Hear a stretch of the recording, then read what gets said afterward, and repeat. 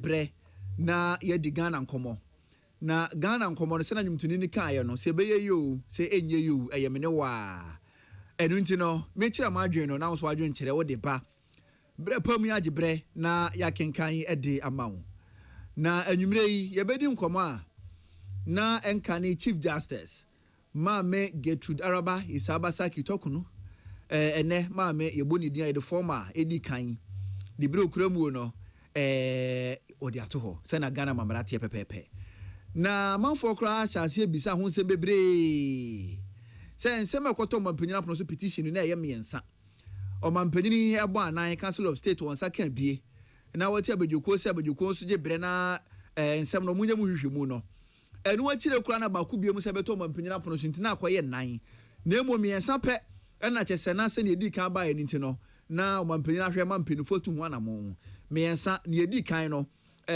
commission ye mu hwehwemu no so o maame wandi ne huni se ne na ansem ne sitie no edi nti o me recommend mo mampanyin so mampanyin hwe so na maame no yemfa gine de bi no fa mfiri ne nsem ebi si so okay ensem miensa ye di ba ko awie na ba akokora edi kan no apam maame no ene se ne ngeto so mienu kwa na hu hia ebi si da bi o emra de ye nka ne saa wo se yetimi ka na ye nsem na ho se na be na wo chi na bi no se ensem bi sa afiri mu pie monten so ana se bibi sa e chi sa pie monten so etima hu ni se ba ku bi ba ye ne ye kan ne sei yakwohwe so ne ye da kan sa asem no enti ehu hia se mienu na ka chi no ye hwe na ye ka na maame ne free se ne ho nsem ne ba ye kosisi ya pam no anwumre ye bisa se den na wati afa ho na de na wo so unim fa ho anwumre ye ne Dr. James Kwabena Bomfe Junior anwumre dodo na afre ne Kabila ene ye di nkomo wo the platform so na ye di nkomo so de a na e fa enka Chief Justice Maame Gertrude Araba Isabasaki Tokunu ye na de su ya na anwumre ye si nkodwa yi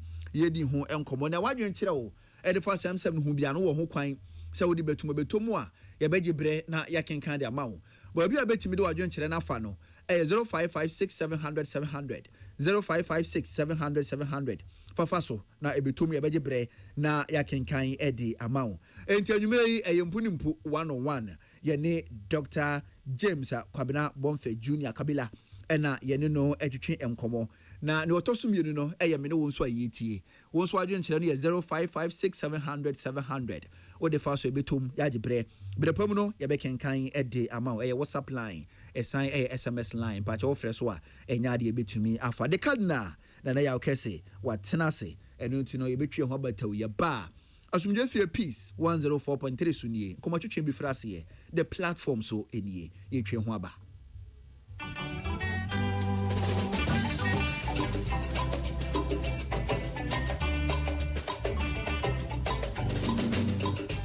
Baby, baby, Ghana, Nagana Bayo, Ayo, the Feminoro. So, baby, Ghana, Nagana Bayo, Ayo, the Feminoro. The platform, a pramen and your party Pompeiso. The platform. The cardinal Nana Yaukesi, son sonchi, a son sentry, and in sentria, a call batako bramai a sinukoso, a tua petiaman timfi, a sansa crocotiaco, the platform suni, as is in Conda Sisia Jack Amatran Conda Trenufua, Brana Yaukesi, the cardinal Tiajum, our peace 104.3 FM so. The platform, Odoso Pio, aha, adia doso and sempudium, Amanyosam, Abrabomunsam, Asitramunsam, and Yamansa who was on some. And it's a wood will be a dear. And in this year, Naya Cassie, the cardinal, one in a poundful. Our the platform to be so. Wo peace 104.3 FM. A Jordan will quadra number biada a free no or chocopim nondu. The platform, our peace FM. And somewhere is here, the Abba, the Acro, and the Yatian, the Ehu, Ninyan, and Nudina Apreto. And you know some bina NCA. Nabanuswa, Emia, the platform. China what you be Ghana, Yam my Ghana.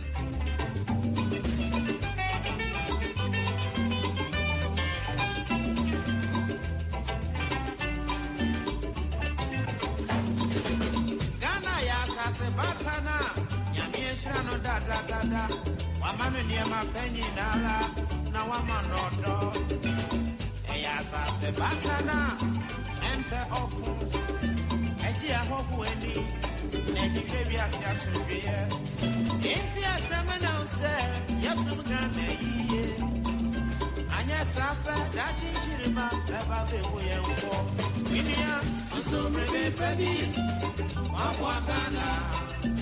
Nagana beyo, beyo, baby no. Susu brebe baby, wapwagana. Nagana beyo, beyo, baby no.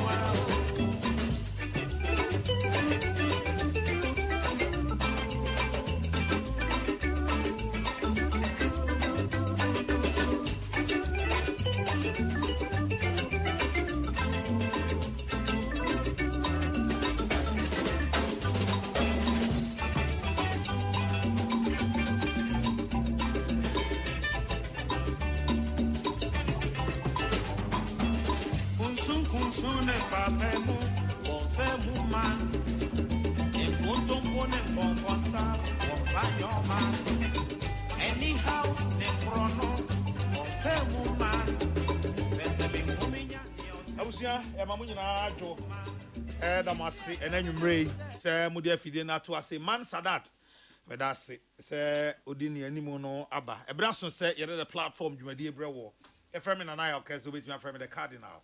Me and I'm the home chairman na Patricia Sefa Fisher Prince Bafo Asamoah Henry Kwesi Minka and Omo Ashishe and Amidi a home chairman Mamunyana Jo and ne Asama at that pronso amibe di home como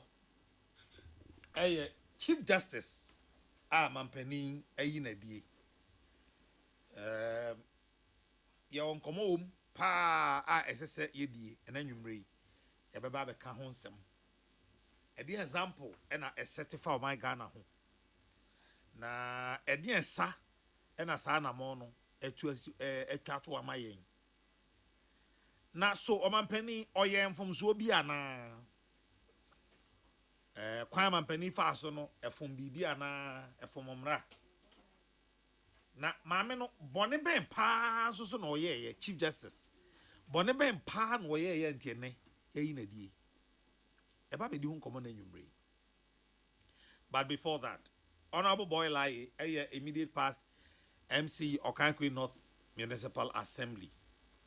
Honorable Boy Lai Majo. Yeah, no. Now what is saying? And I'm here una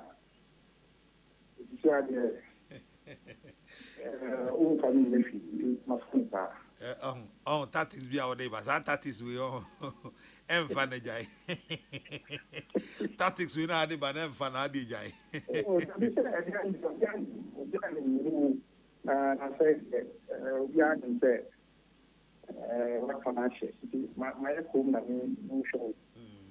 One a friend, so no be manager. Motatis we empha munyai. Empha. Anyway, Honorable Medasian Yumre, me friend wa boko. Assembly nyina ye, wa unia penny, wa offer, Honorable Boachi Ejako. And as able to just say Boachi Ejako for national chairman. And also, person do not to say mu ebi pacho. Then a person can farm. In shout for for really and say and I said we were here English which are fresh say the Betty said yeah downful yeah near I will catch you more in my chest. Na mi kai say time a here ba be form MPP here below where back here be slow down here nyama ba a o ti mo we start to mo da do mo the peace a o ti to say o ti na un sha ku du mo yan kan e shi mo yan kan Sɛ nneɛma no nyinaa woku wɔ MPP ne nneɛma ho a ɛyɛ nkaeɛ no ne nyinaa fi ɔmo bi na the fact that Honorable. Baby, I'll just bet me down hook a because line no breaky. Okay. But there be. So, Habe. And through There be through. Wonderful, you. And I say, But okay. Into the big committee. Memory and Yama as MPP. Now you bet to say, yeah, papa, yeah, you big honorable Chairman Jacob, or see about the national chairman, and that in Catcher say, a good news by MIA. Then I say, oh, then one, you know. After say, above flog, it's Yafi and Anamigua. Yes, she, no, be ya, and I did my ya, then you know, you did a few see. And then Kasai. And he said, this is the first time I meet the issue after that from now. Ni kasa because nitiwa na mpin se de be ya party we no ye betimi anya nkofo bi ti se nyaye kan ho asem anyi so ba de china party nani na sa discipline na party we sa time after 1992 ho mi kai pa da rocha kasa afa bi antini kasa kita lagi tiba jiye enuechi obrisa be jiye eyi ba former fi yisu tipus papa is 20 simple uri yon fa mun tinchen but after the as a party we no discipline wa wo kra wo obia to yo kasa. Sorry, say, Ubisa, the country, the president. Then said that a tree and I call me and Bocasai. And not a sap, but you share, you know, that I did the whole pack. Deny it now, you would be a young. To get the eye of a vampire. Tonight, the new Cofacasa, say, yes, Money sang for 4 weeks, then for 4. I a pencil who say, when you sang for 4 back, a national chairman, my party with a better dinner in Nassau before 2028 election. The person can say, party with about the fact into my Afra. And I am happy, say what Jatu. But Jatu say, or Baba, ye party way national chairman. And me, name I did cry or any of the contestants me who move flyers, because I don't see how we can go to an election 2028 with this kind of party. But say, and let yeti, na ye papa, ye ya downfall. Or Baba yet sad here we are. Let's just say we have a very bright future as a party, MPP. And to what actually?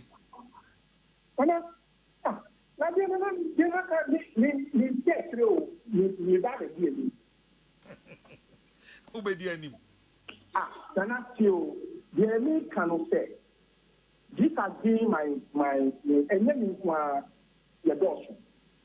Onion say your Dawson.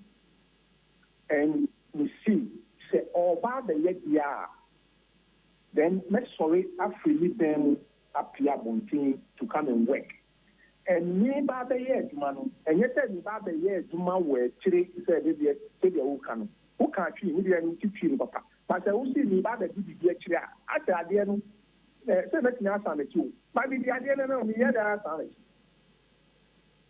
answer. Nana.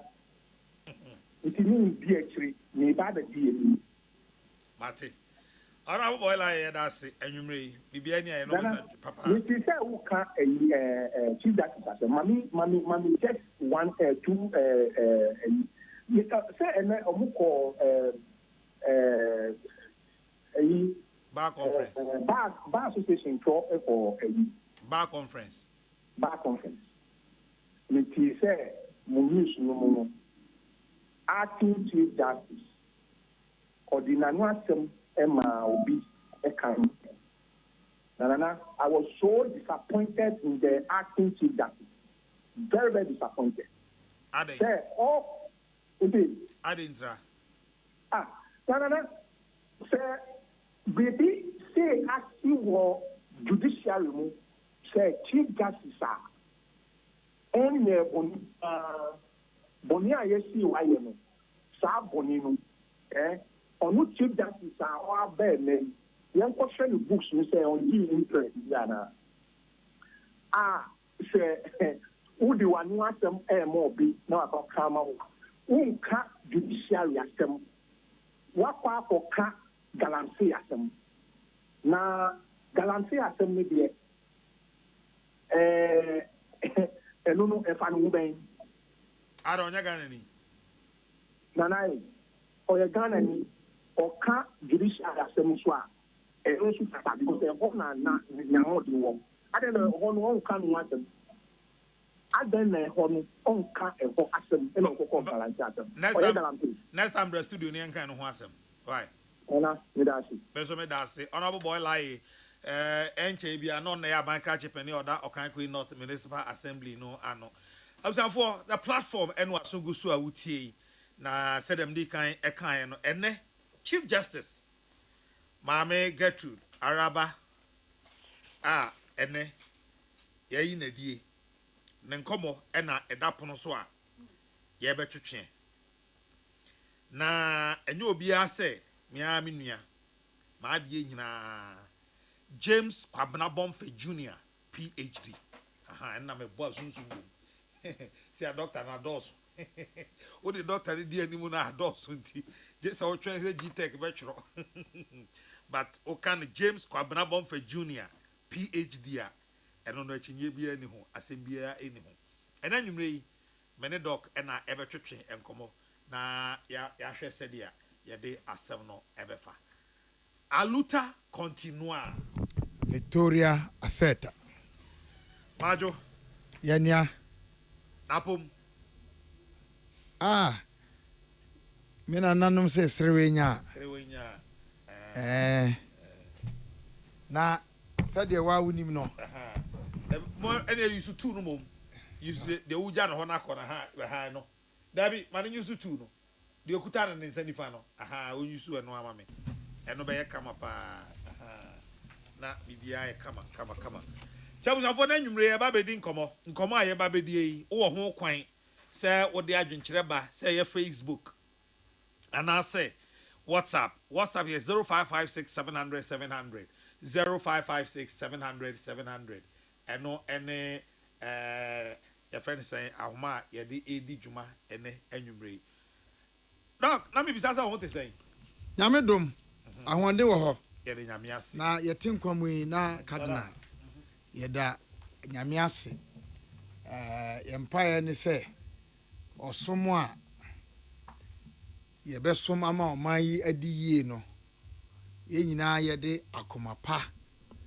ene opepa nyamisro nipa ho do tema tu ho ache ene akokoduru a ensuro mfere bone na enye hu se obeto bone edin a esefata no na ye beye ye famudi ama oman Ghana adi yie na so abanfa so ama ye nyina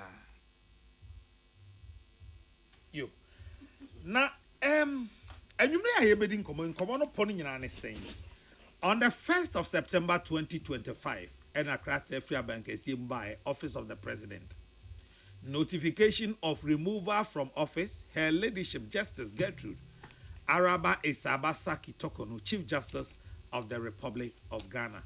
Muasem de unim dada. Kreaba Besiasie, Callistus Mahama, PhD, Secretary to the President, Odo, and an Ensasha Asie, the Chief Justice, Judicial Service, Accra. Attention, Her Ladyship Justice, Gertrude Araba Esabasaki Tokono.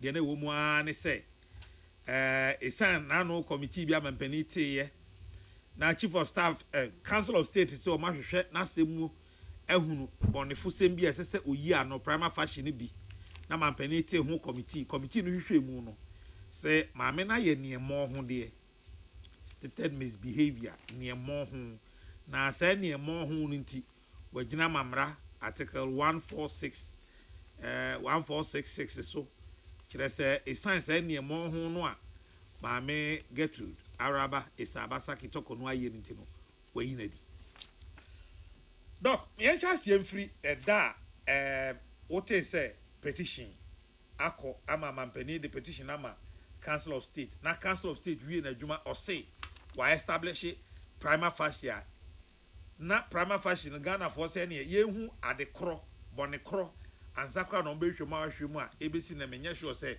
e kama Ghana for eti e free ho ansakra ne aba poaman committee no so. Well, the kind asem ya shase no ehun be hia say ye de beto crew mu protocol mu context. Okay. Esefata.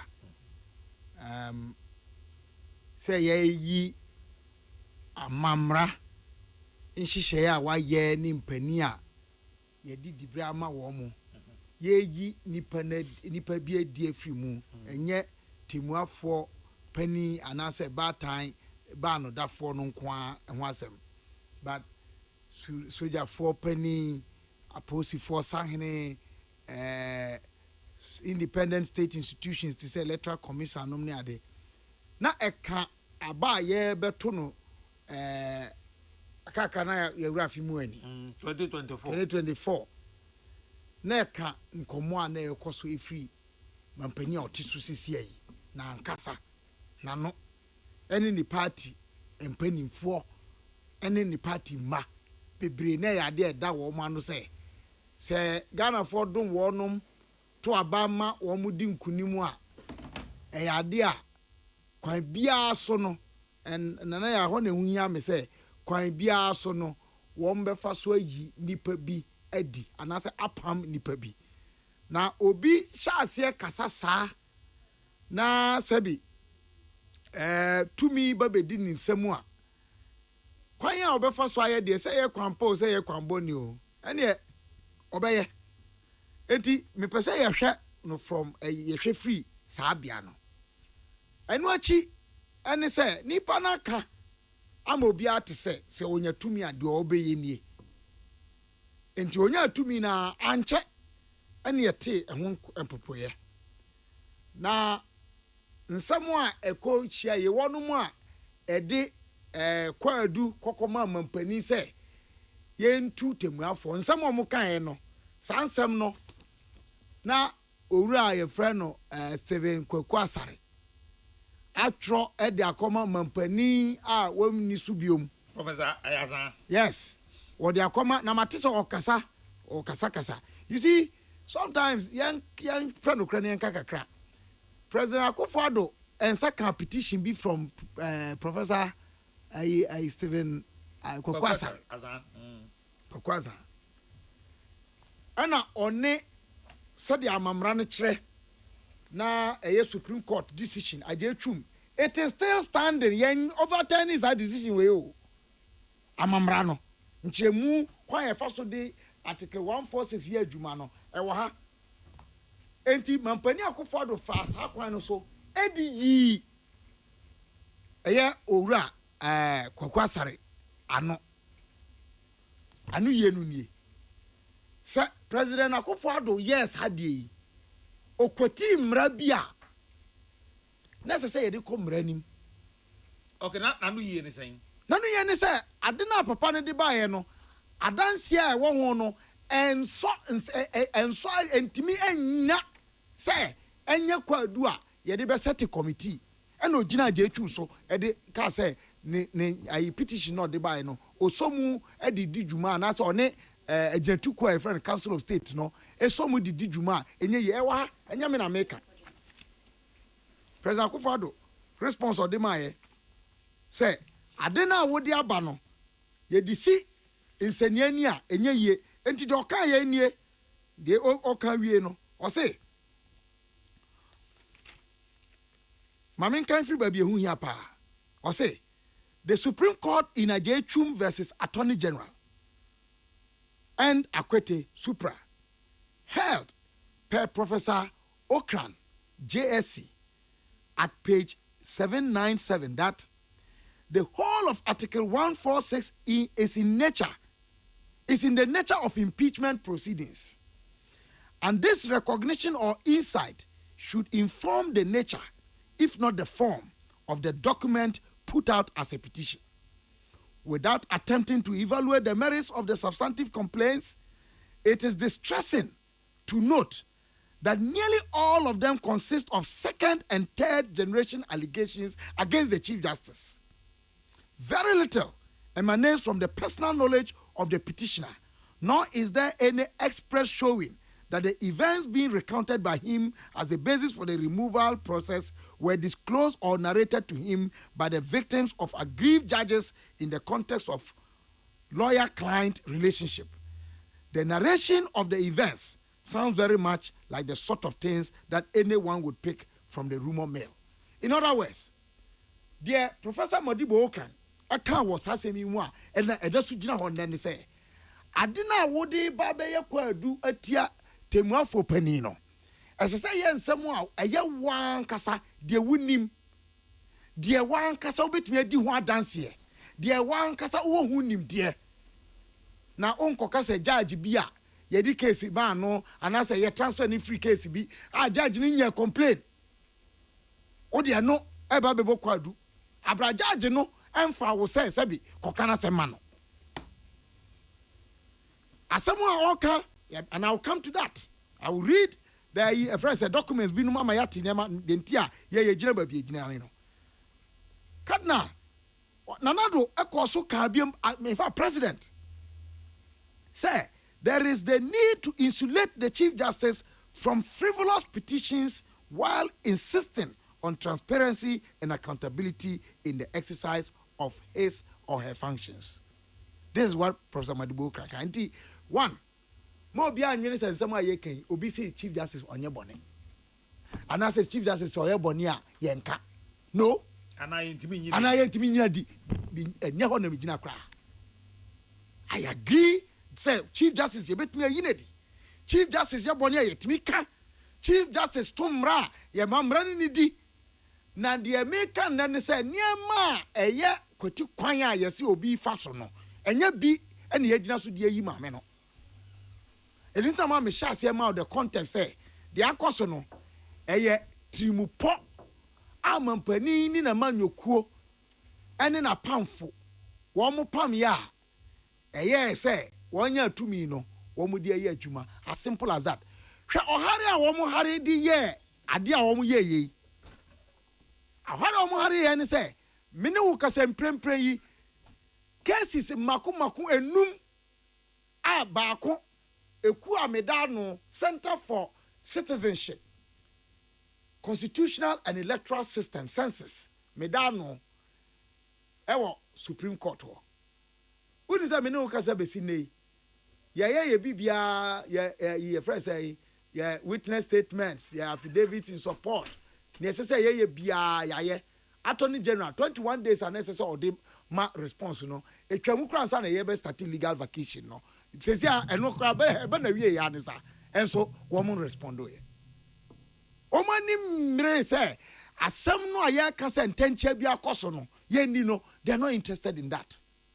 They are not mo bompire na Supreme Court ye ma wo mo say they can say yen train asem no so kra ansa ne ani asem no wie ansa na Justice Poaman Committee no wakoso ye na djuma Supreme Court ka say dabi obetuma ye na djuma na atentene ni asa akoso enti interlocutor injunction de ye boagu ye case ye mungui atwan a na yɛse wɔn mo ntwan ɛna yɛka sɛ dabi ɛho yɛbɛtumi akɔso aka asɛm no abra wɔn so yɛ wɔn adwuma hwɛ ɔhara wɔn afa so ɛde ayɛ adwuma wɔn ayɛ mene wo kasa wɔn sɛ petition no koraa wɔn hwɛ mu nyinaa wie yɛ na baako mpo a wɔn hwɛ wie yɛ no ɛno nko ayɛ enough sɛ wɔn bɛtumi de ayi maame no adi enti wɔn de wɔn ano de sɛm akɔ ma mampani na mampani so ɔhare so wɔso na deɛ yɛ ebusa nie Abraham mampani Akufo-Addo dismisses her case we know asɛm a ɔka yɛ nie ko conclude no also on the strength of all the above I find that no prima facie is disclosed by the instant petition for the removal of the Chief Justice.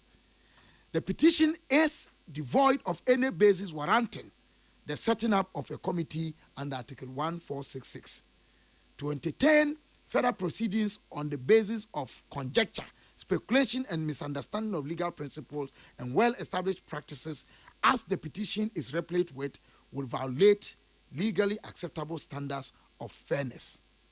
Now, no quote to Dateba, Dr. Dateba, Asim Yokai, or say, once any petition, no matter how frivolous its contents are, is presented to the president, then he has a duty to establish a committee to consider it. A literal reading of the provision, therefore, could lead to the floodgates being opened for frivolous and vexatious petitions being continuously filed against a serving Chief Justice, with two Supreme Court judges being perpetually tied down to hearing such petitions alongside the other members of the committee that the president has to appoint. This is a scenario that will weaken the efficacy of the top echelon of the judiciary. Cardinal, enti na petition na nkasa no eba asudie da mampani any council of state so say won be hwem ye na Dateba in his ruling no advice Christ justice Dateba sorry eka say enam say ya ade a ehu hia panti no sa committee ni mampani kra betimi a require the services of a lawyer nimfie ko na nimye na waboa wo mo se be ya wo betimi I establish a prima facie no na asem na timi ayeden akoso wenum bia enya de a ye enso so ye say a set up committee no de ohare so akoye ne de ama mami aka kire wiase nyina ntanchia na ekoso committee ho mene wo kasai adanse abeda di say chairman of the expert committee on the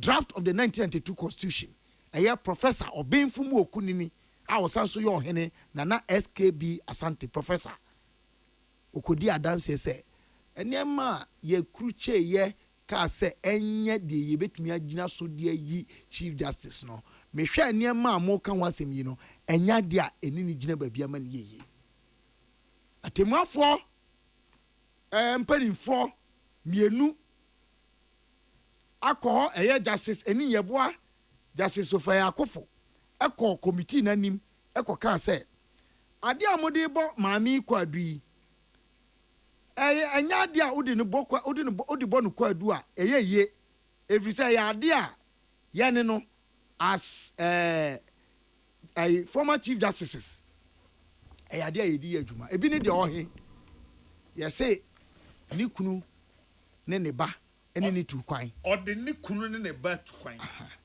ono you see no me Cardinal balanza na obekoso no wa unua Professor Smart Sapon se otie ofri Kumase hey prof ye sha ya che e so ma waje ka cha say ye project no da so ye hangilo prof there ono project egu ne ko ai e ka cha say ye de no ye critical enti oyama ye hwe ne yenye ai now Cardinal travel policy yes ode ni kunu ene ne ba atukwan de di kan say ebusa ehun ne say ye wo document bi a ya to ne din overseas travel for official business dated January 5 2019, which was revised the last time in 2010. The purpose of the policy, the purpose of this policy is to outline the necessary security and protocol requirements to support the foreign travels of the Chief Justice as head of the Judiciary. The logistical needs of superior court judges on official travel. This policy draws its strength from the other two arms of government, where the state fully covers the travel expenses of the aide de camp and the protocol officer or personal assistant who accompany the respective heads on their foreign travels. Policy statement. The primary responsibility, not just as Sadia a chere kwanya temuafo pani. Anyone where a juma wa atemu ajuma no mu atemuafo akasieno. Kwanya wombe faso e wo mu akwantu mu te de president ene na pamfo and as a parliament ene ha wo mutu kwan akwankyere ene niema a wombe faso adi juma. So before I to ask me the okay as say sa policy we compare the three arms of government. No, it is not comparing. It is relating say said the parliament want the travel policy. Executive one there no. Judiciary so one there. That's right. Mahuza me mama Elizabeth Ohini cry article bia. Na all can say almost firm up this thing no. Or like the late Mampongene Dasebre Osebonsu out to Suminu Nana when you baby call. Or say na or do ya say bria no more reverse say hey now. Is that how we treat our justices? And son, a woman, and was a whole chief justice. A whole chief justice. Yeah. And some no be one more sabi. Oh, one here now I come on one trash. It me bumpire say nyame manon kopa. Nyame so be boy. Aye, Not ye personal travel by the chief justice. The chief justice shall be entitled to 2 round-trip business class tickets. Accra, London, Accra, for example, to be utilized during his or her vacation. Travel expenses, hotel accommodation, and per diem will be borne by the Judicial Service and capped at 14 days per round trip. Mpendodwa Chief Justice betime tu kwan ni otu kwan ya nadodo obedi eni sika ye de be ma no every state ayinimo. O say where the Chief Justice embarks on a personal or private foreign travel, he or she shall be accompanied by the security alone. The travel expenses of the security comprising air ticket, hotel accommodation, and per diem shall be borne by the Judicial Service. Official travel by the Chief Justices, by Justices of the Superior Court, and also Edi Musa. Now, the relevant part of me person make I know, when the Chief Justice is accompanied by the husband. Yeah. The spouse, yeah. Me so cry me or her. Me person, I want me new one mumra. Okay. And then who ya me.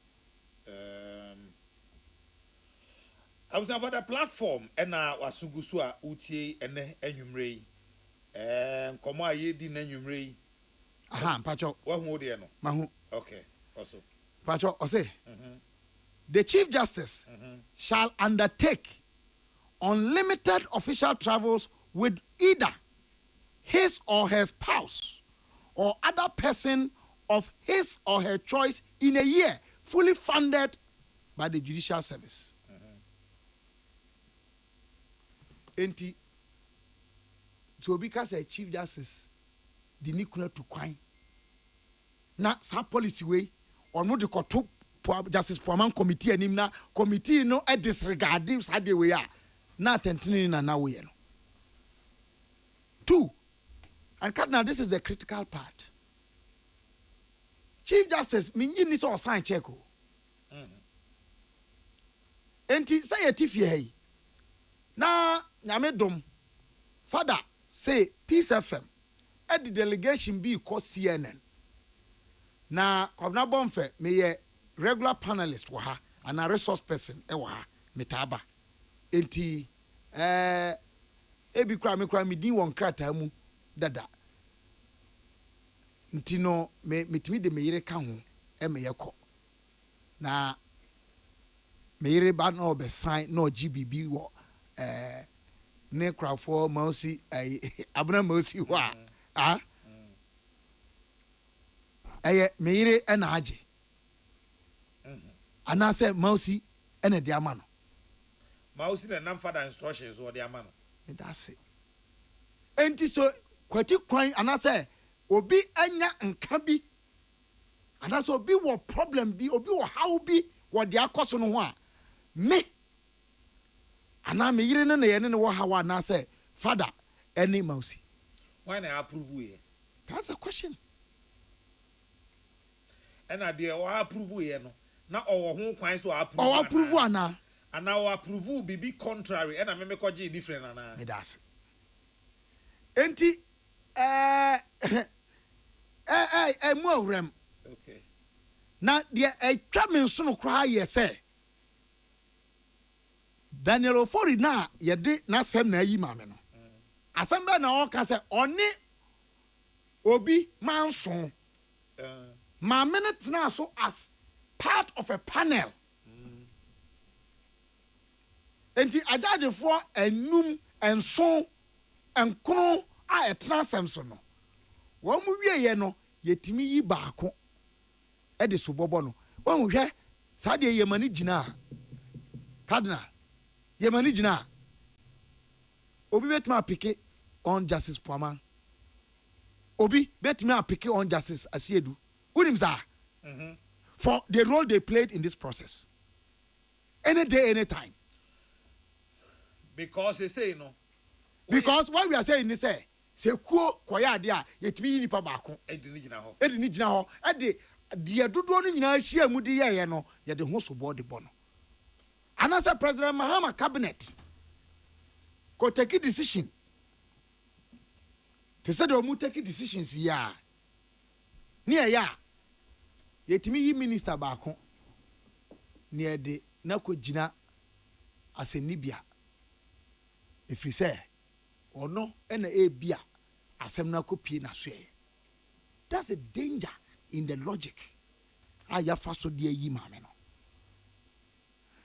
na me say nanka ye maame get to toko nu nko a to konu ni kunu dan sa na obo ni din wa court enka meka say toko nu what you say dabi o waje achiwade hey o papa achiwade yo eto konu okay o papa achiwade yo cardinal senke ka maame no nko anka me nhame o ade asade we eye ne se emfa ho ne emra no de eka se minya tumi a mitumi ye de mepe pepe every principle in this Ajechun case has been breached in the process to remove the Chief Justice. Every process. From the receipt of the petition to the setting up of the committee, the suspension of the Chief Justice by the President, the completion of the work by the committee, the quasi completion. and of course, the recommendation and the eventual removal. Sure. Mami, so for Yakufu. Sa Ajechun case. Ehun hia pa anti. Ono oka say. Sa committee na ye set it up no. Eye ad hoc in nature. Na ad hoc no che say. Eye committee a enyina hoda. Enti no se yebenya atentene ni wo mu a esese ye nhihye a ebeboa ama akwankyeraba committee ni so de osie na dwuma na tie se de maminisi kan no at page 787 cardinal tio mi tie pa Furthermore, it is true that unless otherwise prescribed, committees have the power to establish their own operating procedures. There is a committee, ba sunku ye power no more. One more who kwase omutimi famra e de hye wo monsa e de ye yi mra kwa mra wo de be ye adwuma se ye mra yenim na tie de oka to aso say, however, the committee envisaged by Article 146 is clearly of an ad hoc nature, and it will be extremely detrimental to the nation to hold that it is up to each committee at any time to map out its own procedures. Just say, enita yamano yamjana jaja musa enunti ena nanu ya majority leader Hassan ay mama yarga okoka say omo pese omo de ayi ehihye ko parliament na guide ko ye befa so e de article 146 ne ya adwuma otie no it was in response to what Justice Sufia Kufu said then as Justice of the Supreme Court and son of Abe Supreme Court Chief Justice, yeah. Mampani Mahama Obey President no power 8 kwesi prempe so omuntu fo emfa kwanya ye befa so ede article 146 aye adwuma cardinal look I mean kind be so okay emeritus professor Albert Fiajo Commission Constitutional Review Commission sure. Okay Mampania or setting up sa commission no Mills JEMS of blessed memory. Okay they know ye Mampania be the actually His Excellency John Dramani Mahama.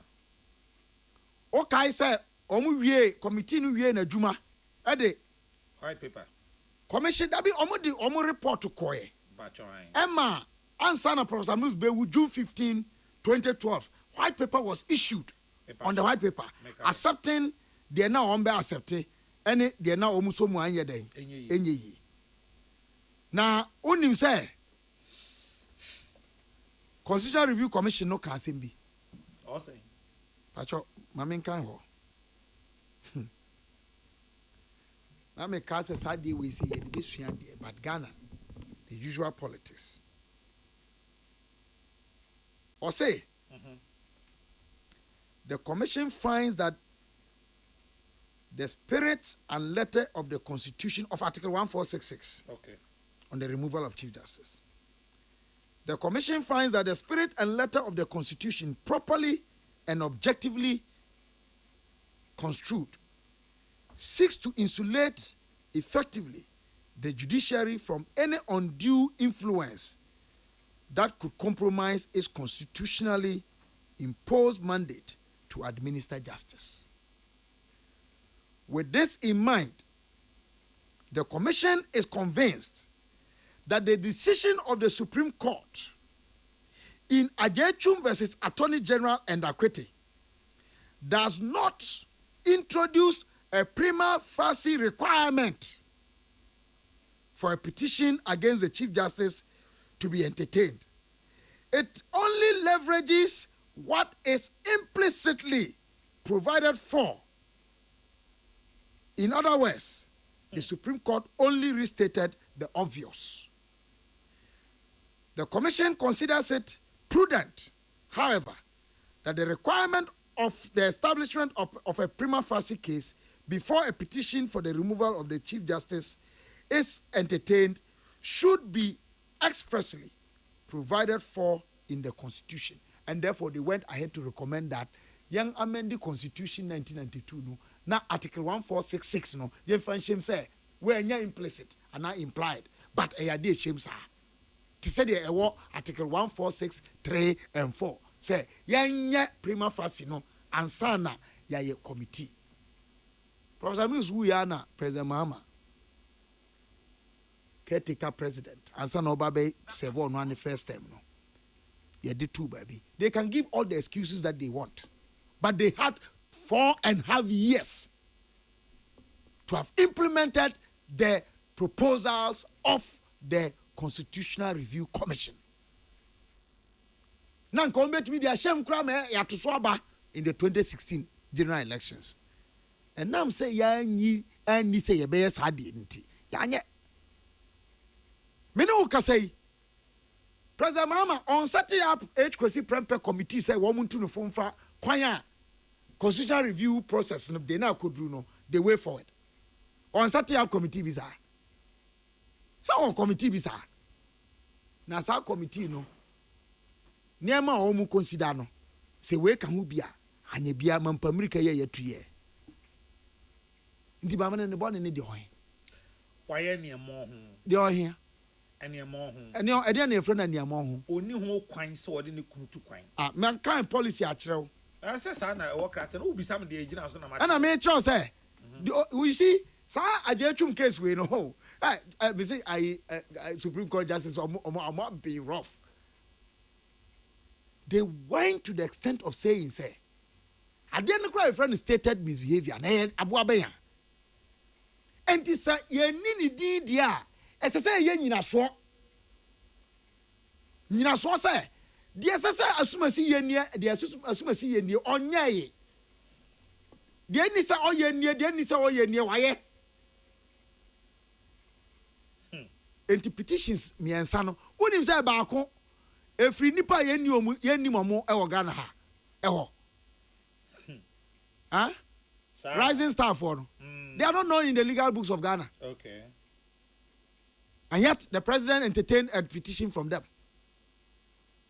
And then the American question say, nobody has told me. Obi antimi nkyere me say, sa na mo ya mampani Akufo-Addo etu ye mampani dada Akufo-Addo tu ye. Etia mra bi. Enema ye gina so edi eyi mami. Emu bi ewo ha. Fakase na Daniel for repetition no. Ene kwakwa azan de no pepe. Enti mampani dada Akufo-Addo oyem from so ana. In whose mouth does it like to say that? Court be na akasa. Na me kind be o Daniel for repetition no.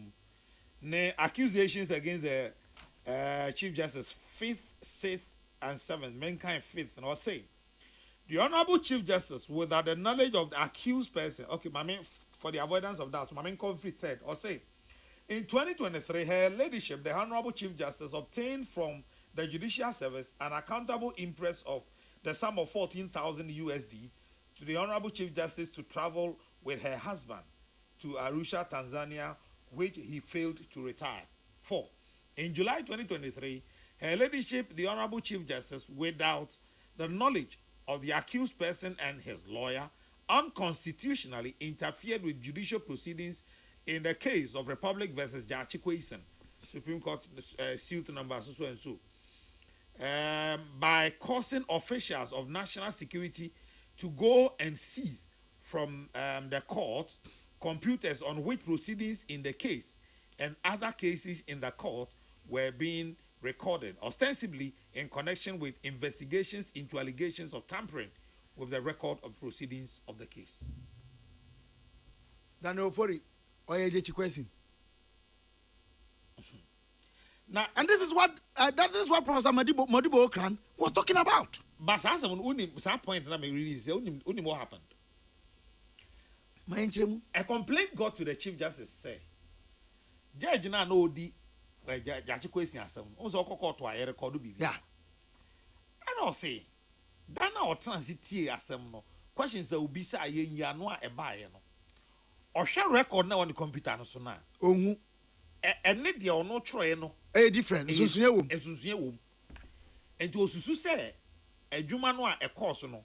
The ono ne de na wode ne nsa atworo no. Ene de o computer no so no enye penti osusu say ya tamper with the work machine no so no. Enti o tworo koma Chief Justice say na asienti mame mesrew brem na yenhwehwem. Ena Chief Justice efa National Signal Bureau for say omo me yenhwehwemu. Emfa that indeed they established say the records have been tampered with. Nti Chief Justice ni bone no. Back no. You see, enti adiana owura no, and I've heard people say, Papa no ya why. Look, I can tell you, says I dear way in Aswa, and your Chief Justice be over Bia and Chenia, you know. All you need is a malleable president or a president who is interested in showing power. Nebuchadnezzar power. That's all you need. Kadalenti unim, share the Yakodruno.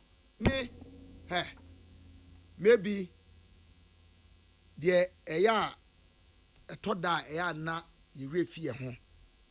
Eye say ye nipa. Near ye nipa, you know. Emre ye ninkaso.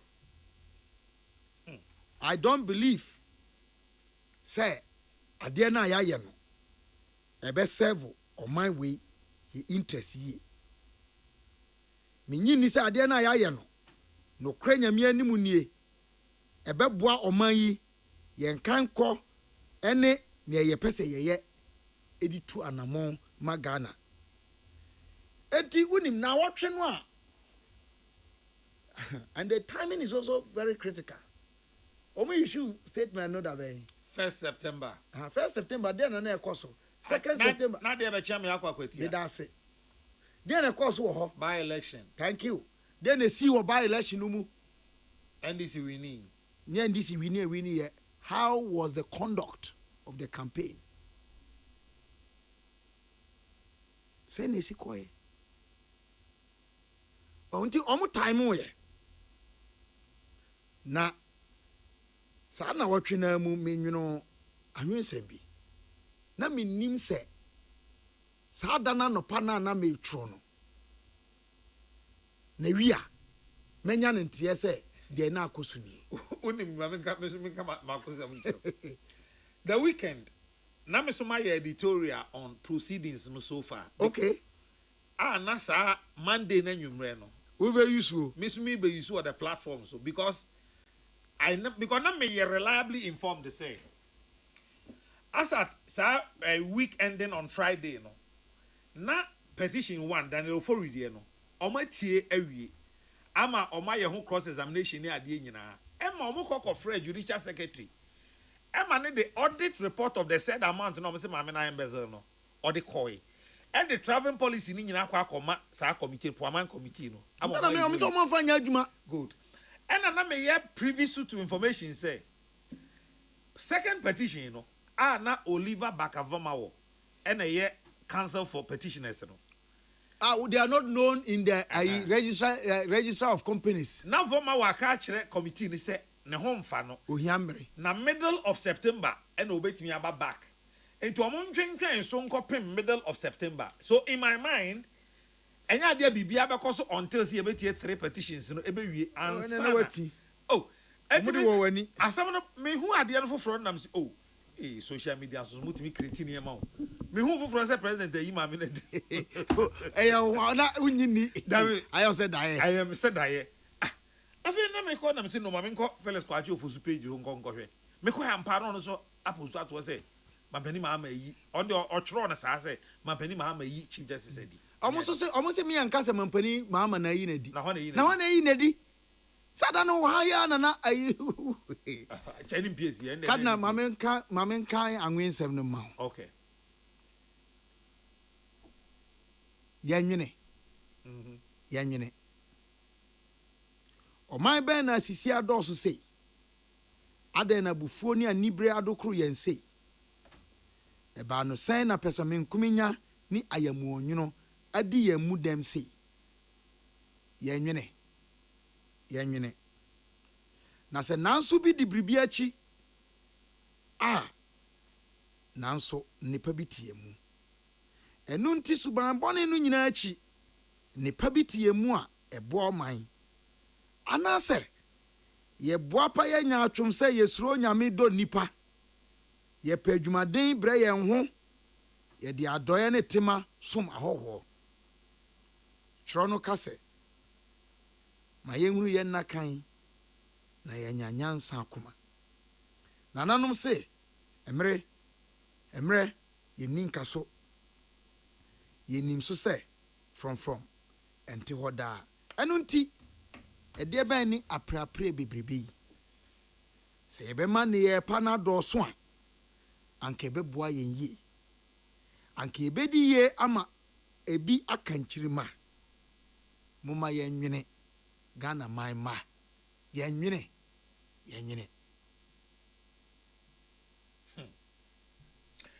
The platform and was so good so Tiabusian for me James Kwabena Bonfe Jr. PhD and a Tiha Numrea Yebo and common in Efa Chief Justice Mampeni in a Dino do obi send me message say obi say now then the Chief Justice Nasem no ndo ka say wu nam say there be ngui yes Nana papa obia na dwene ni say asem no be wu no se ne say ene na onim nani nei yada so ka say akokọ sa ayidi ayeyi no 63 yes na yanwo anani nei yanwo me yanwo me menyini say na mama ne papa Gracia ye bekọ so adi sankomo ya kopem say ahwe beba eyo man no fapem o man no sunsum ene akoka no na se wonim me na Kwame Nkrumah bra oyi akokọ sa di no ono ane de hye baako ye fra no me ko kapa me ho asem kebi kwansen bogus informants bogus informants enya numu we national security dilemma at page 8 page 9 or say the okafa Kwame Nkrumah ho ayidi a oyi ayi a odi oyi say akokọ sa yeah we say akokọ sa die whatever it was the direct intervention of the executive in the judiciary. That's right. Yeah. That's right. Created its own security problems. Because significant sections of the bar. If we say,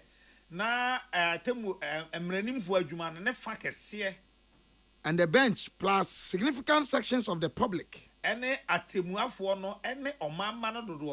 were not at all amused by the display of political muscle by the president in the judicial process.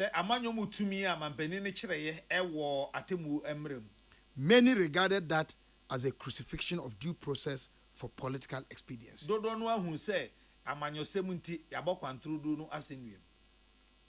Now, when you say Sadiana Mampani, Kwame Nkrumah 1960 Constitution name and home without any committee, without any investigation, without anything. 1960 Constitution and they kutami wahai. Article 44 of the 1960 Constitution. Republic of Ghana. Republic of Ghana, as amended in 1964. Or say, the president shall by instrument under the presidential seal appoint one of the judges of the Supreme Court to the Chief Justice of Ghana, to be the Chief Justice of Ghana. Two no say. Two no say the Chief Justice shall be the president of the Supreme Court and head of the Judicial Service. Say they one in the year. Now three no tie. The appointment of a judge as Chief Justice may at any time be revoked by the president by instrument under the presidential seal. I'm telling you. There's a now pebia. Otibi yinadi. Time be pebia. Nana force Mampani beyi Chief Justice edi. Since obey any other judge of the superior courts. Okay. Enti oko kan ho no mo a. Article 45 clause 3 no or say subject to the following provisions of this article, no person shall be removed from office as a judge of the Supreme Court or a judge of the High Court except by the President in pursuance of a resolution of the National Assembly supported by votes of not less than 2/3 of the members of Parliament and passed on the grounds of stated misbehavior or infirmity of body or mind. And we are superior court justice. Yes. Other than the Chief Justice. But that one was more difficult. It was difficult to remove a superior court justice. Yes. Or a high court judge. But for the chief justice, it was so easy. Easy. The president didn't know to consult no. the And untina, sa 1960 constitution is a dear wenti. And anne, ye dear shake 1992 constitution, mu say. MPBA and Timin cross carpet anyhow. O cross carpet, there will be by election. If it's a one party state, a new hobium. Because of 1960 constitution. Experience of 1960 constitution. Sir, utimi kase judge chief justice min penu biom mapamno eni hobium. TUC na a party but TUC it was a part of the CPP. The constitution we mu. Wouldn't say you better come Nkrumah na Ghana flag. Enye red gold green with black stars. Black na enye sabium. Na ye red, white, and green. CPP colors. Ntina no, my friend, D party. So it was, you see, the 1960 constitution, the point I'm making is that the problems are never one, and the year 69, 79, 92. So parliament knew one can so entertaining certain things. Until you're dying. And a choir ya for so ye mami. Yamana ya say 1960 constitution. Come back. I'm for Dr. James Kwabena Bonfa Jr. and I'm no education come. Kabila, my master that the amount for having children their bank a craft from home. Now, your baby say, ain't dear ye, and who soon transfer anything. Make I say. Asumi ba awofro o kan se bi che me okukuruko so sabre na me boss chairman general mai o say wunya ya na nka president Mahama wa maya mmosa asem wi ambata ni din ho but wenya yes to say aba na de tosu mienu ni say petition mi ensa ene e de atia chief justice eye dan ni etie mu ba ku wi a ye gina so chief justice. So what happens to the other two? I know the crowd there media procedurally no. Say enough. Ba kunkwa ye enough. There's nothing wrong with it technically speaking. Okay. Say ye de kwadu 9 abo. Say ba kutimi yiwa. It be yiwa di. Ya kan ye nti. Na ba kuna ye si ye di yiwu no. Ye de fa tentene ne so, ana ye de fa ntentia so. Say imran say a committee no recommend there. And one say president no. Enuntina ye ka say enuntina ye mu binum say yan twentwen so ni committee no because o kan article 146 no kan 910 bomu a committee no wie na dwuma mampani no oni say unfortunately mampani Mahama nyi mu na oye no many who can say there has been on his desk the first time 2016 no. Say High Court judge be your friend Daniel Mensah, your troko a judicial secretary was all my abc na yenyan reply. Say yen you know. Say Okoye campaign ma candidate be 2012. After so opam o otwa obi asu a oye health director e wo doma. Besi na yen actors had no. Yi mu no bi no. Many who can say Mama Charlotte say adverse committee enunti ye na di as chairperson of the electoral commission you are appointing as board member of Ghana Gas contrary to Public Office Holders Asset Declaration Act 1998 Act 550 nti say o say o de mra pepepe na ye adwuma na we no amakekan ye and a dangerous precedent. Dangerous. Ehupa. Na yeguso bonya mempae. Oma ya kwantre. E do say bia na say enka kanwanu kura tum. Because ehu de ya ye no.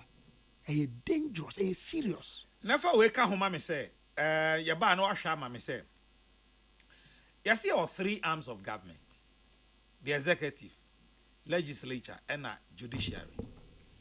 Maintain that's a president to kwan ama obi akwa kan nipa dodo onu omutu kwan any scar or the koye speaker of parliament wo tu kwan se nsuo mente das obi aka se speaker tu kwan wa fa first class and business class no de ne yere anase ne ho ahwan ne koye mente bi da eno mente se a check nipa dodo a speaker de tu kwan na ye den na do chief justice so a na so ne kununkon atu kwan a ebe ya asem cardinal ma who responses are ma many de ma sa petitions ni na kwadu omode bono sika or retire bibia em say ba ko kra de sika omode ma no na ye say 14,000 a day 14,000 or the 13,000 say 11,000 a call back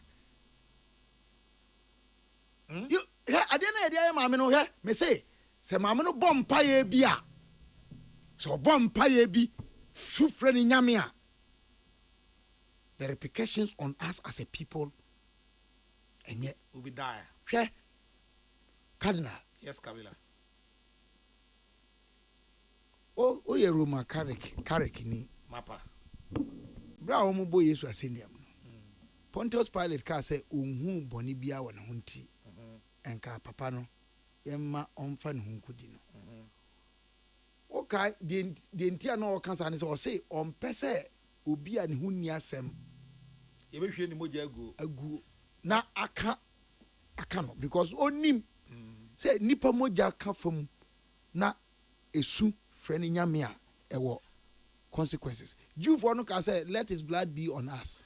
In fact, Matthew chapter 27 verse 24 also when Pilate saw that he could not prevail at all but rather that a tumult was rising, he took water and washed his hands before the multitude, saying, I am innocent of the blood of this just person. You see to it. Verse 25. And all the people answered and said, his blood be on us and our children. This was around AD 30 or AD 33. Wouldn't you say AD 70? 70 years after the death of Christ. 40 years. 40 years. Okay. His blood was on them. Look, Holocaust now, you can't want them say, German. The governor of Rome by name Titus raided Jerusalem and brought the temple down and slaughtered over 1 million Jews one day. Let his blood be on us. And our children. And we grieve people. Me yesterday be and I changing me politics kakra. Ye grieve ye mpanin for do. As anything. Ye show mo ye ya do. Ghana mampani be na otia konwa so a ya kanfo no da.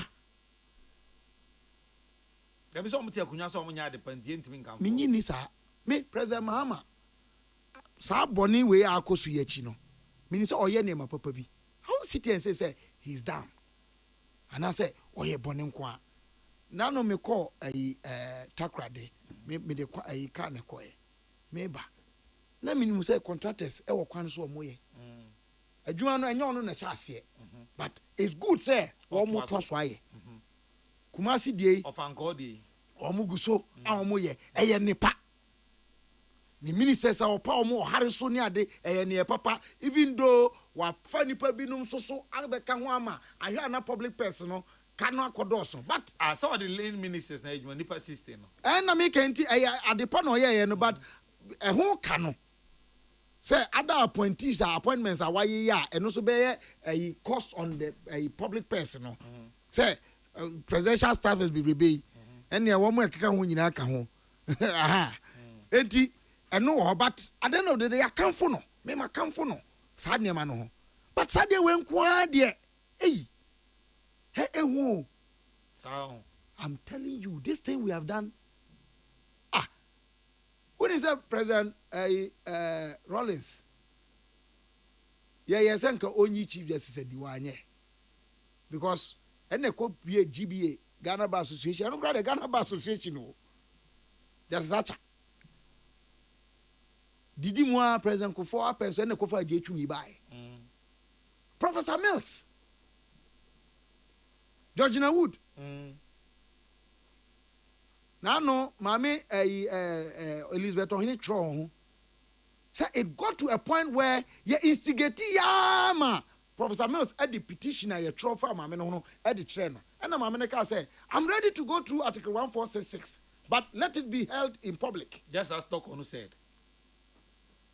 And a kum asem. Nsembi su ko achire, e ko so wo achire, eno de da foforo na medi sankomo no. Said the medical king. President Mahama say atentene pa na wo ya. Wanya recommendations to remove a high court judge from office. The time we are answer back on 2016. Send the tram Entramu. Dabi.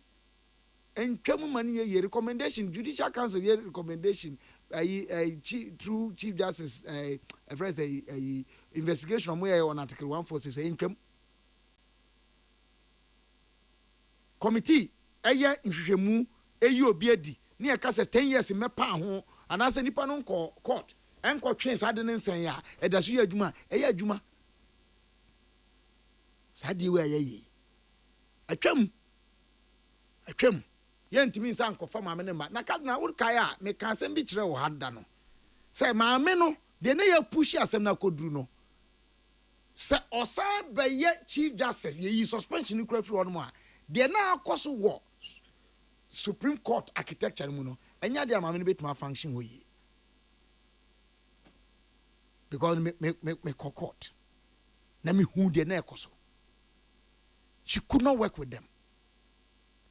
And then pa na see a who can say, Mamma na yesi am penny biuma. Negotiate her exit. Talk to her behind the scenes.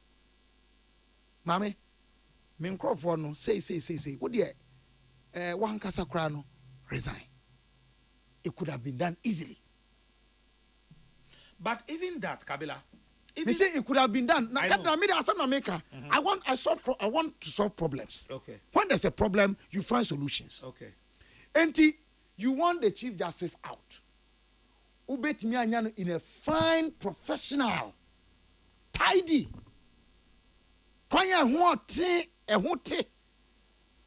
Say quite trokaya ye fasui. But Kabila, baby, I memete.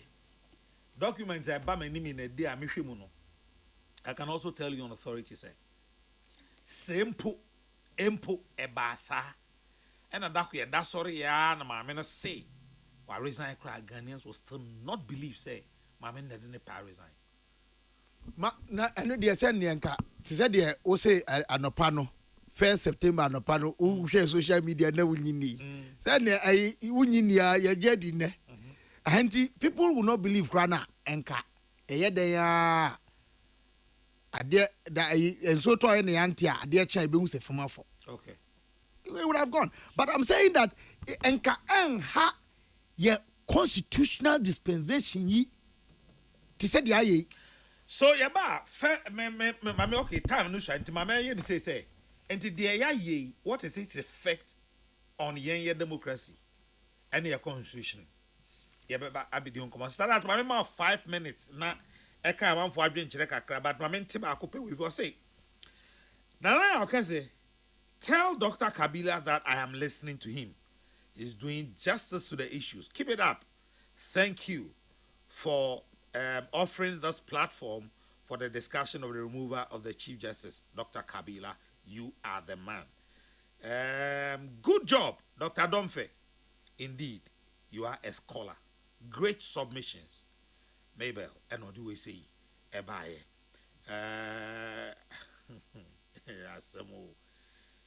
All right. Say that. Oh, there. Maybe yes, I can't have the now. I will even count the between for 5 minutes. Okay. 5 minutes into Mr. Mohammed man count the another chair. Where's the now? Me chow pa. The only card now on radio. Was it CJ? You know, made me who say I am on your same. The then candidate and the president. What can I? Says some kunimdia ne bape CJ beko. Enti ne ye yi no me die enye me nwa bebre. PKD atimda odi ebetu muoni. Amisco Pelele Kaswa Republic AK Dr. Bawumia Beba 2028. Or in fact, CJ in the field office no a attack on judiciary no. Na a sabone pa and ye try to hold my yan ya ebe ha Ghana kami mamin kembi.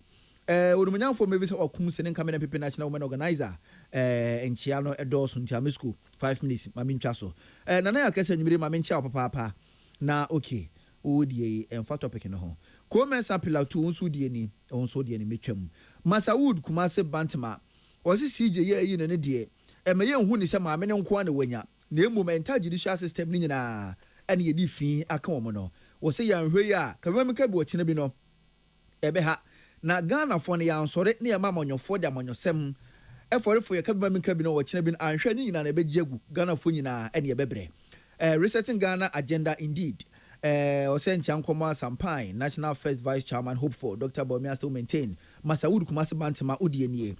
Lam taking Rashid Tema Gulf City. Good evening. Man said that the Cardinal Michama Papa. Na okay. Fad ye chiao or say a wawda. Good evening, the Cardinal. Your friend Kofi Mopokrase. Na Mesra by okay. Also so dear no a Yaquano Wasem. The Nakramo Boatin Ablekuma Central, AK Dr. Bomia will lead into victory 2028. Was it CGA in a day? President John Dramani Mahama, the then candidate, na the campaign message. Enti ye no was semen so enye me nwanwa kra na ne wa ase ho no eye enchia na nakua mo a ye bre nusa.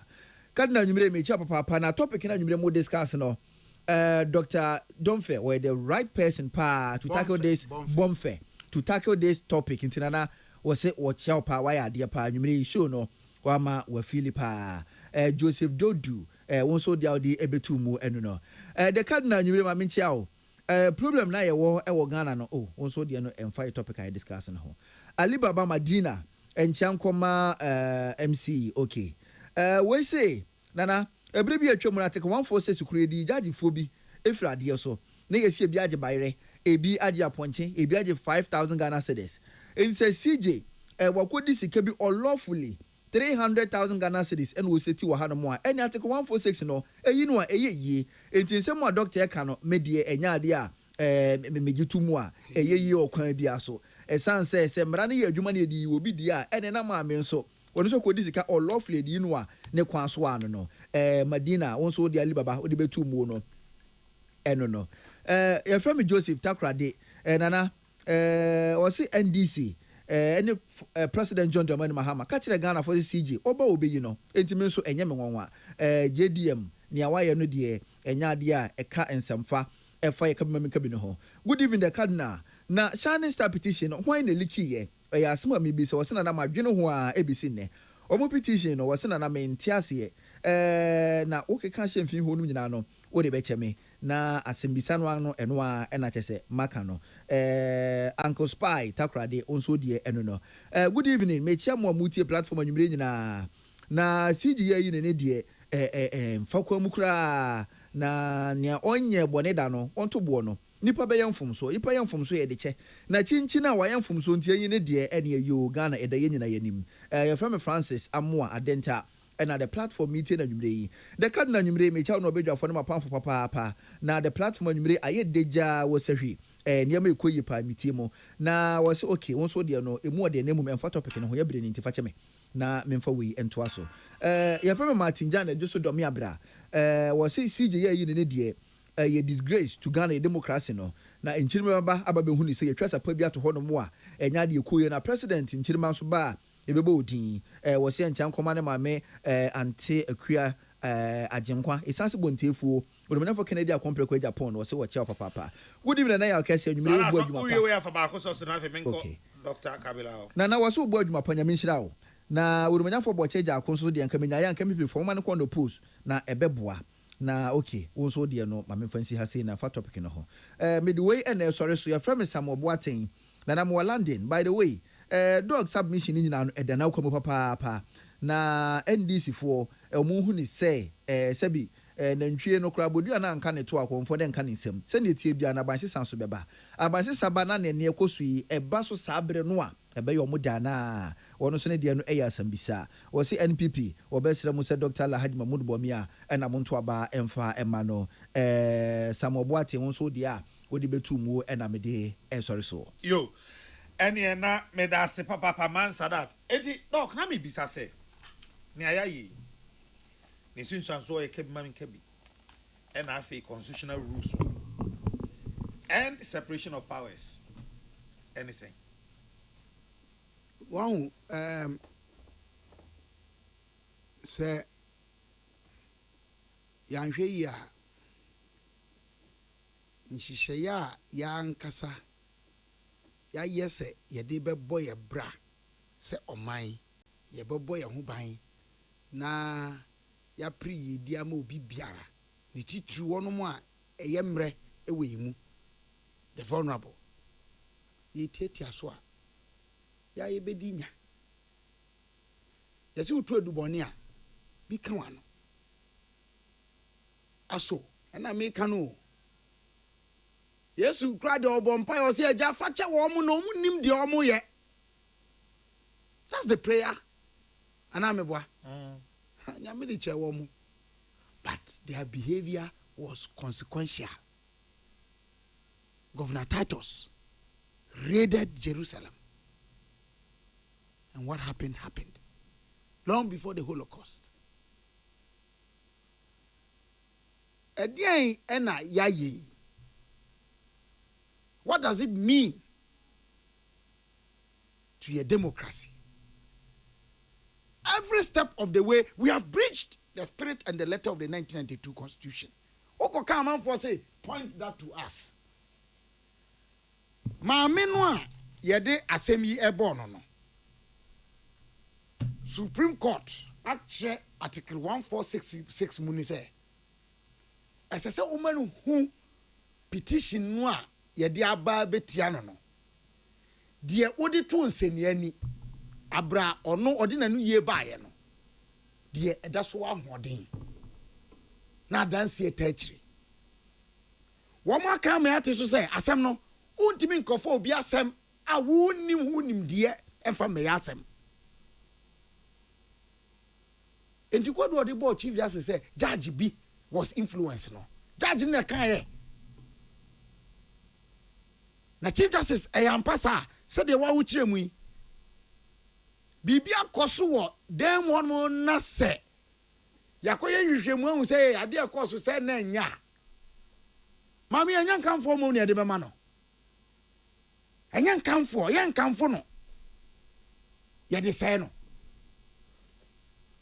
ase media na anu die bi a ye me general secretary CPP na ye ni account na me ko be bank account pay sika ko gumu ya say me nche ba bi sika ni free buy enya za de me ko court akoka say me eri pa body for me okrofo abedi asem yi wo mom na wa bi account me mom no yaw me pay party sika wi a bank account na me ko bi dey sa de no me nua baba ko o ma me won inside dey a ukoye wa hwe obenya ho asem ngofo to obuni so ombenya account ye afa ye pim so court pine omo hwe na omo se mpanifo nsori mra ye mfa asem ni mra fie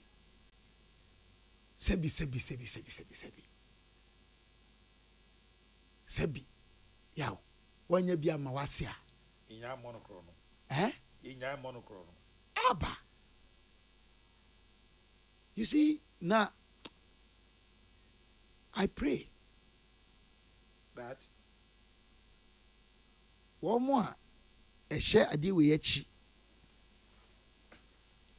nyamempa ntoma no man come when munsa nyame wataso no hwe yo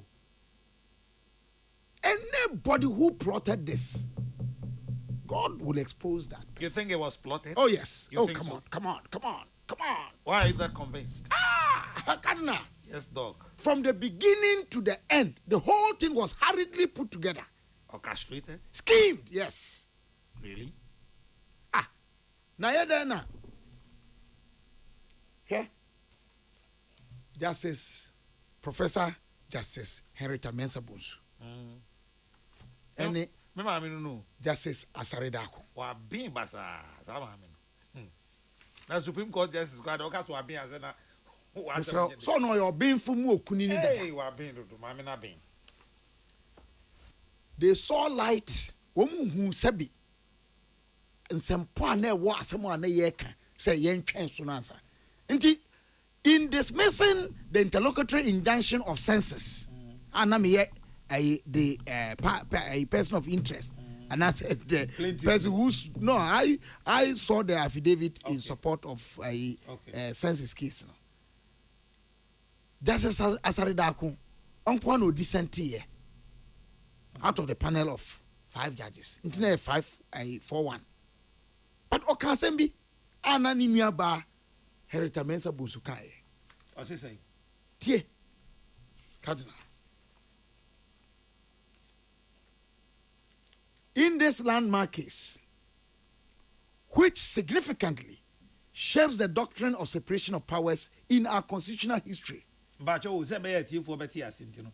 Case ben who judgment na all kind we free mu. Me kind interlocutory injunction census de call say ansana committee Justice Puamada no. Ombe yo mu adwuma no. Ye case ani e de akoka se mampani anamo na otu ye no etiamra no. Yanke nwie ansana committee na ye na adwuma no. Okay. Ansana se kwan bebe mo ma committee na ya. Aya waye. Okay. Because they didn't say committee ni ni say set up committee no kra. Okay. And no na. And nine Justice Kolendia o ma lead judgment no. Okay kan nsem bia na ye kra ye plead ye. E di be shemu na no one day we'll deal with it at the intellectual level. This judgment, we'll deal with it. And the maker said, we will discuss this matter till thy kingdom come. And the architects of it, they should be ready. Say, enya dia ombe yo afro mu akodi. Now Justice Asare. O say, it cannot be doubted that the judiciary is presented, the judiciary is presented a critical opportunity to robustly assert its independence and dignity and resist any perceived threat of executive overreach. This clearly is not an occasion for the court to diffidently roll over and acquiesce in a narrow doctrinaire literal interpretation of constitutional provisions that compromises judicial autonomy and whittles down fundamental human rights. And Obaha. Chese ba hu ya kan sana be ko no ne say. Sa kwanya no asam no de ntia say ye twa opene so ama say ye ntwan so committee no ntwan na adwuma so. Ono de o kan ye nyina ne tofa bo are say o say atemu adwuma no enya ho kwan say yes obegina agina ne na so a kire say ono so ho kwan. That's right. Say odi ne ho so a eni say ye ma aban no e de ne ho be fore ni sim. Okay. Still Asari GSC. Aye. Okay. Now here, Asari was quoting Justice Henrietta Mensah Bonsu. I say Yes. again to quote another illuminating passage from the dissenting views of the very esteemed Professor Mensah Bonsu, JSC, in the case of Vincent Eko Esefwa and Attorney General Supra. Quote: thus, when weighty issues such as threats to judicial independence emerge in any dispute, it requires that we push the pause button to give us time to reflect and assess our situation. Shrill and even deafening mob cries of crucify him may yield momentary political victories, but may have resounding effect of perpetual import on hallowed values. Titi samoa yedi nidie yedi buo adi ato se enya fapem emma kwan ni nkita ho eda oman enkrabata tumi die mu no se asem bi ba na etia atemu afo a ehu hia se ye betwen so kakra Betwentwen na ase. enya sa na eno na ye de hawo kwakoma na do bi na asi. Ose anya sa ye de ahopepere be ye bibia na idi amanyose mu edi ani gie bebre nipa bi nanso da cha nkwa ma mi nsusu aso no enye papa ma yen Na we dia misrel me kan 11 na wa kire no 11 sa. na metimi die The above wise counsel na sai ya zafutuo yi a e was medical kan of my very noble and esteemed sister ya efimi nua ba nimdifuo yi hoyi is no doubt Echinye bia ni ho say rooted in deep judicial wisdom. Eye atemmo mu nyansam fapem e na odi kan sa. And it bears adding Na ekire sa de kan ho say that any appearance of judicial capitulation na bibia ekire se esi atemmo adwuma ntiri ase no to executive overreach aban na ebe ma atemmo adwuma na si ni tiri ase no can only have a far-reaching consequences, na ebetu anya nsunsuanso akwa akiri pa, potentially tarnishing this judiciary's legacy and inviting harsh scrutiny from history. ahwe yi a sa atemmo adwuma wo se si ne sa watwa atuo nyina no ebetumi asai no ebetumi ama kwan so ama nkofo de wonsa akeka atemmo adwuma no Abensa na ho yempeo President Mahama wayi tokono adi o ka so obeye waye dem bi na kwabna menka mawie Doc, me de ahobrase da wase anwumre se menim se wadwuma dɔɔso enso unya ho adaje e ma yene yatiefo ye ho hia wo ne ni dia wo de ma ye da bia nti unya ho adaje ba ba kyerɛkyerɛ ne mamu the cardinal Doc na o frame ya me say ni wana makase be ba Doc ti obi de Torino cry ya o twene ba Torino di and also over report me ama Joyce you me huna mane Doc but you answer na be kono. The Judicial Secretary is the spending officer of the Judicial Service. That's right. With technical support by the Director of Finance of the Judicial Service. Any funds spent from the accounts of the Judicial Service is spent under the hand of the Judicial Secretary. What this means is that the Judicial Secretary is accountable for all disbursements, including foreign travels of the CJ and other officials of the Judicial Service. It is therefore sad that CJ has been pushed for disbursement on her foreign travel. The removal of CJ Tokono is not acceptable and cannot, under any circumstance, be acceptable.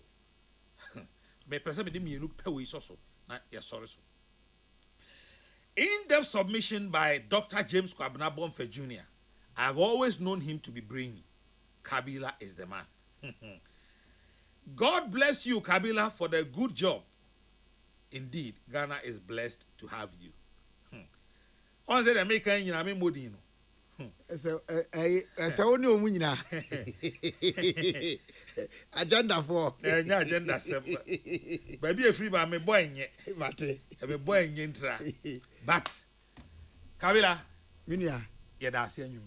Miss Medamase.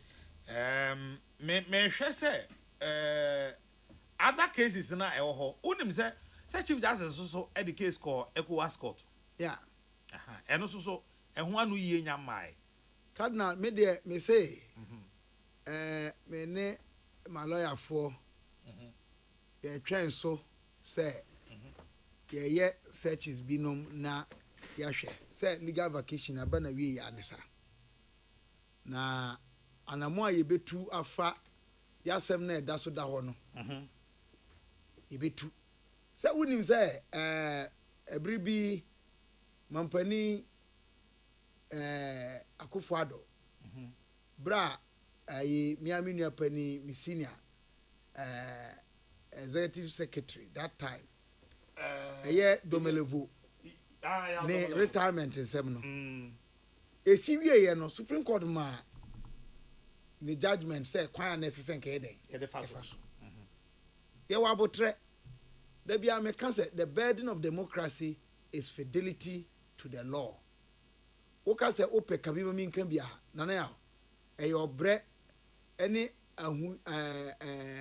anemia a wo de be fa emra kwan so da ne da na wanya abotre atwen nyame anim ono nyame no kra nyankopon a wo ya atentini nyankopon ho emre no so a no kra be dadi ye mo nyame mpa no hu ye mobo na se nti oboye sentia menu ya yenuan ye ni adwuma na nhye ne dia nunyam na dan kwama bia no atemu da no eduru so a yesu yakodi dada ni awie amen didi no esanete enye ho obi a wonya akwan nwumre etie ye bia medawase dase pa mo amode messages bae mo abibi ntina mintimi momudin enkan mo messages enka ho but mpanifo amode messages bae nyina medamo ase papa empo atemuafo ya amode messages bae medamo nyina ase anyway mami nyaka na yan makofa obi atu ase mutu de mami nyana hese ya abusafo e frame na ya okese me catholic gidie hia me enti uhia me a o frame cardinal akra na mo bidi na ya kese a mani beje pa me da se ba bia wo bia onya kwan etie me na Mr. Rade asomdwe e de ma obi asoso Rade maye man enyo man papa na enye kra behwe enyo man a obi abepese obeku ne ho asom no yɛmfa ni die nso so ɛma de ɔbɔ soro de asase atumi ɛne ahoɔden nyinaa ɛwɔ no no abusua mede wasi saa dumura ne de nkwane ahoɔden do yɛn a yɛbɛsan ahyia mede asomdwe agya mo nyinaa makramo